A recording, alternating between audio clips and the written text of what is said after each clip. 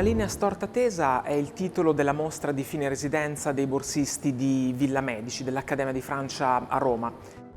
È una mostra che riunisce le creazioni dei pensionnaires, dei borsisti che sono in residenza qua per praticamente un anno, e il titolo allude o comunque vuole sintetizzare proprio il percorso di questa residenza, il cammino di questa residenza. Una linea storta tesa è un'immagine paradossale, difficile da visualizzare e che però nonostante questo contrasto riesce a tenere assieme la doppia natura del soggiorno dei borsisti a Roma. Da una parte una linea che è tesa verso la ricerca e dall'altra che è storta, che prende tante deviazioni, un cammino che è fatto di scoperte, anche di imprevisti, di conflitti e di accordi, e che la mostra nel suo procedere, nel suo allestimento, nel percorso che propone, vuole cercare di mettere in evidenza.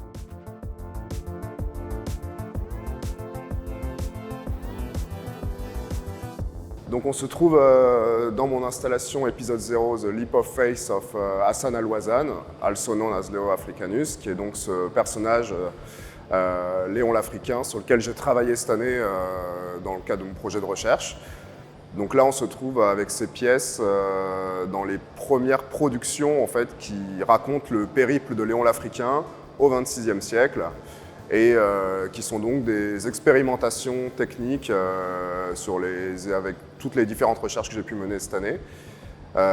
Donc on va avoir ces dioramas qui en fait sont un peu comme des épisodes de son voyage, qui sont aussi expliqués dans le jeu vidéo qui est présenté dans l'exposition.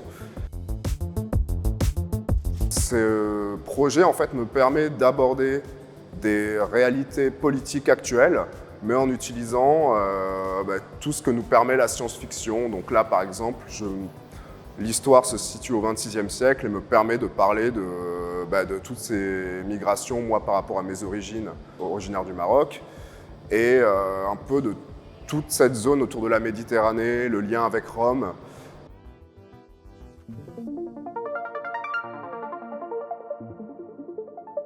L'origine de mes recherches est un point donné d'une donation d'une sœur qui s'appelait Sœur Solange, qui habitait dans la région parisienne en France et qui faisait partie d'une congrégation de sœurs dominicaines de Sainte-Catherine de Sienne. Et j'ai voulu ici à Rome du coup reprendre un peu ce filon puisque cette personne est décédée, et à la suite de ça c'était comment recommunier, échanger d'un quotidien et de parler de la condition du travail de sœurs entre autres. Et aussi de la consommation, on va dire, de l'image ou des événements et des beautés qui se trouvent aussi à Rome, qui pour moi est une ville, et la vraie ville d'éternité qui veut se répéter, puisque pour moi, Rome est dite malade et qu'elle se répète de ces événements et de ces formes depuis le Moyen-Âge à aujourd'hui. Donc je propose à déguster une chaire pelliculaire qui est un fragment d'archives, et telle, on va dire, une procession religieuse, à monter et aller vers cette lumière.